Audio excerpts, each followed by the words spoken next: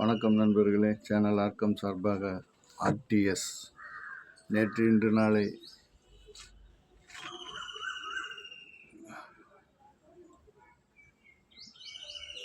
டெல்லியினுடைய சட்டமன்ற தேர்தல், தலைநகர் டெல்லியில் சட்டமன்ற தேர்தலினுடைய முடிவுகள் நேற்று அறிவிக்கப்பட்டிருக்கிறது. பாஜக ஆட்சியை பிடித்திருக்கிறது. தலைநகர் டெல்லியில் பாஜக ஆட்சியை பிடித்திருக்கிறது.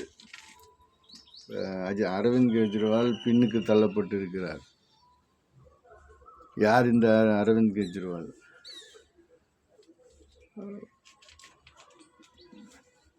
அண்ணாசாரை காங்கிரஸ் பேரியக்கத்தினுடைய மன்மோகன் சிங் ஆட்சியை எதிர்த்து ஊழல் ஒழிப்புக்காக போராட்டம் நடத்திய போது அவருடன் கலந்து கொண்டு போராட்டத்தில் அவருடன் இருந்தவர். அதன் பிறகு இப்போ ஒரு கட்சியை இயக்கத்தை ஆரம்பித்தார். அப்போ அண்ணாசார் அவர் அப்போவே இந்த அரசியலெல்லாம் நான் ஈடுபட மாட்டேன்னு தான் சொல்லிட்டு இருந்தார். அவர் ஒரு நல்ல சமூக சிந்தனையாளர், இராணுவத்தில் இருந்தவர், நல்ல சேவை அடிப்படையில் அவர் இருந்துகிட்ருக்கார். அவர் அண்ணாசாரை இவர் அவருடன் இருந்து இது பண்ணிட்டு வந்துட்டு இந்த கட்சியை ஆரம்பித்து 10 ஆண்டுகள் அங்கே ஆட்சியும் புரிந்திருக்கிறார். காங்கிரஸ் தனித்து நின்று இருக்கிறது அந்த தலைநகர் டெல்லியில். அரவிந்த் கெஜ்ரிவால் மோடியினுடைய இன்னொரு முகம்தான் அரவிந்த் கெஜ்ரிவால். இதுதான் இருக்கக்கூடிய உண்மை. காங்கிரஸை காலி செய்யணும். இந்த காங்கிரஸை காலி செய்யணுன்னாக்கா என்ன பண்ணுறது?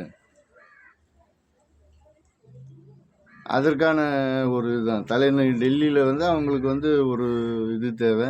அந்த இதுக்கு அவங்க முழு முயற்சி பண்ணி அதனுடைய மறைமுகமாக அரவிந்த் கெஜ்ரிவால் இன்னைக்கு அதாவது மோடியினுடைய இன்னொரு முகம்தான்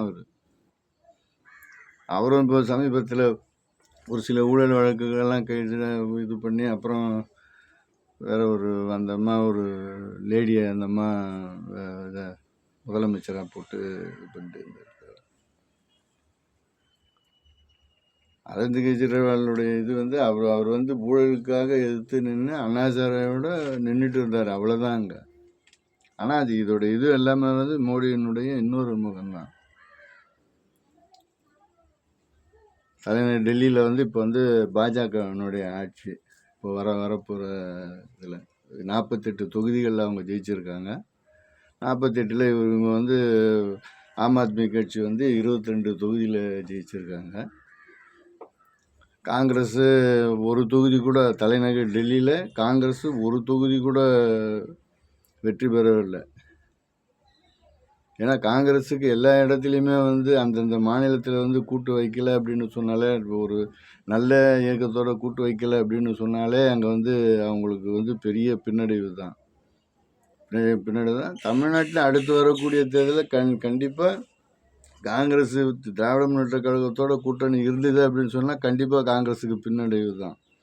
காங்கிரஸ் ஒன்றும் இப்போ பெரிய ஒரு பிஜேபிக்கும் காங்கிரஸுக்கும் ஒன்றும் வேறுபாடு ஒன்றுமே கிடையாது.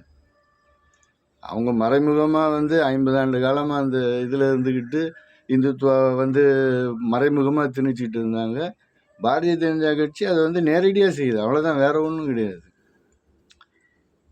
இவங்க அவர் பிஜேபி பாரதிய ஜனதா கட்சி நமக்கு நல்ல தெரியும். அது ஒரு புலி அப்படின்றது. புலி. காங்கிரஸ் அப்படி கிடையாது. காங்கிரஸ் ஒரு பசுந்தோல் போர்த்திய புலி. அதுதான் உண்மையான ஒரு விஷயம். அதுதான் இன்றைக்கு வல்லபாய் பட்டேலை பெரிய ஒரு இதுவாக அவங்க கொண்டாடுறதுனாக்கா அதுக்கு காரணம் என்ன? அதுக்கு இஸ்லாமிய சமூகம் இதெல்லாம் உன்னிப்பாக கவனிக்கணும். பழைய வரலாறுகளெல்லாம் படிக்கணும். சும்மா பொதுவாக இமாம்களாக இருந்துட்டு நம்ம குரான் ஓதணும், ஹதீஸை படித்தோம், அதை படித்தோம், இதை படித்தோம் அப்படின்னு சொல்லிட்டு இது மாதிரி ஏதோ ஆட்டு மந்த மாதிரி எவனோ ஒருத்தன் சொல்கிறான்னு சொல்லிட்டு ஓட்டை போட்டுட்டு அப்படியே கடந்து போயிட்டே இருக்கக்கூடாது. வரலாறு படிக்கணும். வரலாறு படித்து அதுக்கு தகுந்த மாதிரி எது சரி என்ன இதுன்னு சொல்லிட்டு இந்த இமாம்கள் வந்து அதுக்கு தகுந்த மாதிரி செய்யணும். அதை விட்டு போட்டு வந்து இவங்க சொன்னாங்க அவங்க சொன்னாங்க. சிறுபான்மையினர் மக்களை வந்து யார் காப்பாற்ற முடியும்?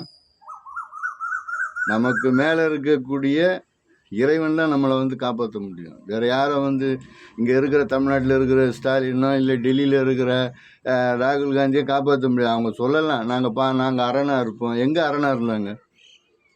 காங்கிரஸ் கட்சி எந்த காலத்தில் இஸ்லாமியர்களுக்கு அரணாக இருந்தது? தமிழ்நாட்டில் வந்து எந்த காலகட்டத்தில் திராவிட முன்னேற்ற கழகம் இஸ்லாமியர்களுக்கு அரணாக இருந்தது? வரலாறு படிங்க. வரலாறு படித்தா தானே தெரியும். குறிப்பாக சொல்லப்போனால் இஸ்லாமிய சமூகத்துக்கு வந்து நல்ல தலைவர்கள் இல்லைன்னு சொல்லலாம். அவங்க வழி நடத்தக்கூடிய ஒரு நேர்மையான தலைவர்கள் இல்லைன்னு சொல்லலாம். எத்தனை அமைப்புகள் இருக்குது இஸ்லாமியர்களுக்கு? இப்போ டெல்லியில் இருக்கிறவங்கெல்லாம் வந்து இப்போ ஒரு முஸ்லீம் கூட இல்லையா? பாரதிய ஜனதாவுக்கு ஓட்டு போட்டிருக்காங்களா? இஸ்லாமியர்களே கிடையாதா?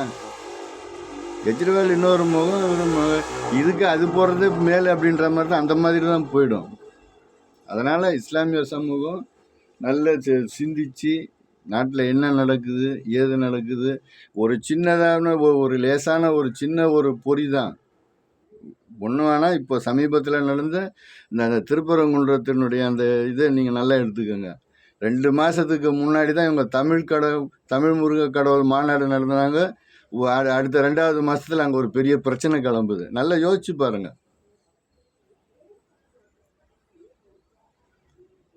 அதனால் வந்து சிந்தித்து செயல்படக்கூடிய ஒரு மக்களாக இஸ்லாமிய சமூகம் இருக்கணும் அப்படின்றது தான் நம்மளுடைய இது. இவங்களுக்கு போடுங்க அவங்களுக்கு போடுங்க, இவங்க யாரும் காப்பாற்ற முடியாது. எந்த ஆட்சியில் இஸ்லாமிய சமூகம் பிரச்சனை இல்லாமல் இருந்தது, அதை மட்டும்தான் யோசிக்கணும்.